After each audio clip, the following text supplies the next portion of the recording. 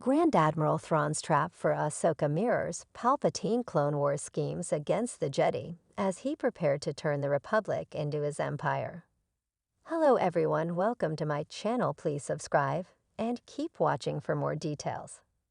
Grand Admiral Thrawn's strategies in AHSOKA mirrored Palpatine's schemes during the Clone Wars. As seen in Star Wars' prequel trilogy, the entire Clone Wars was a massive plot orchestrated by Chancellor Palpatine, who was secretly the Sith Lord Darth Sidious. Described as the perfect Jedi trap, it's been suggested that Thrawn seemingly mirrored the genius of Palpatine during the Clone Wars, which resulted in the transformation of the Republic into his brand new empire.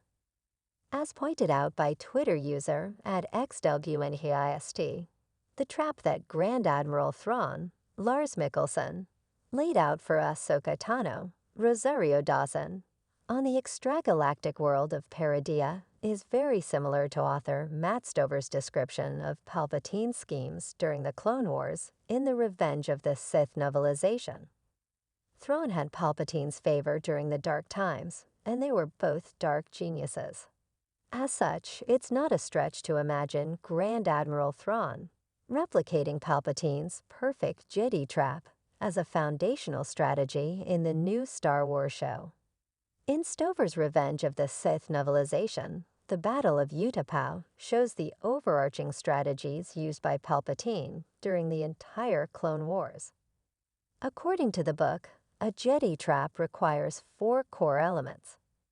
Firstly, the trap needs an irresistible bait, such as General Grievous hiding out on Utapau.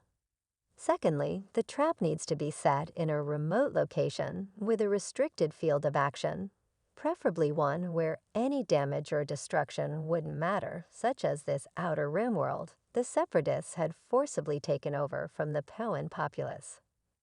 Thirdly, there needed to be someone powerful to kill the Jedi, and it also helps if they're also the bait as Grievous was, encouraging the targeted Jedi, Obi-Wan Kenobi, to press forward.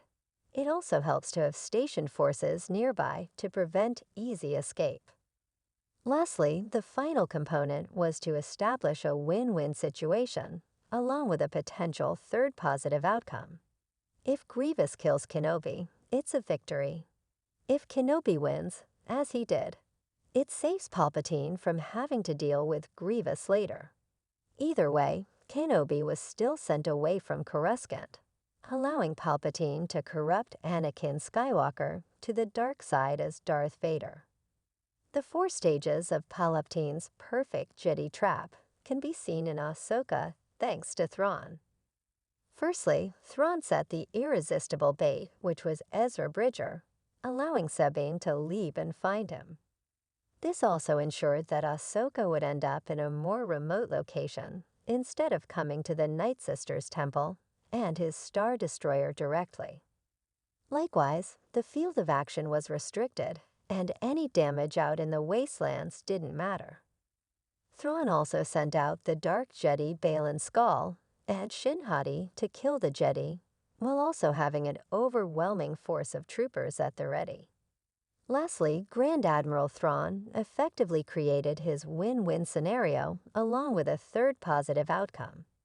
Although the Jedi were not defeated by the Dark Jedi, Thrawn didn't have to worry about either of them by Ahsoka's ending.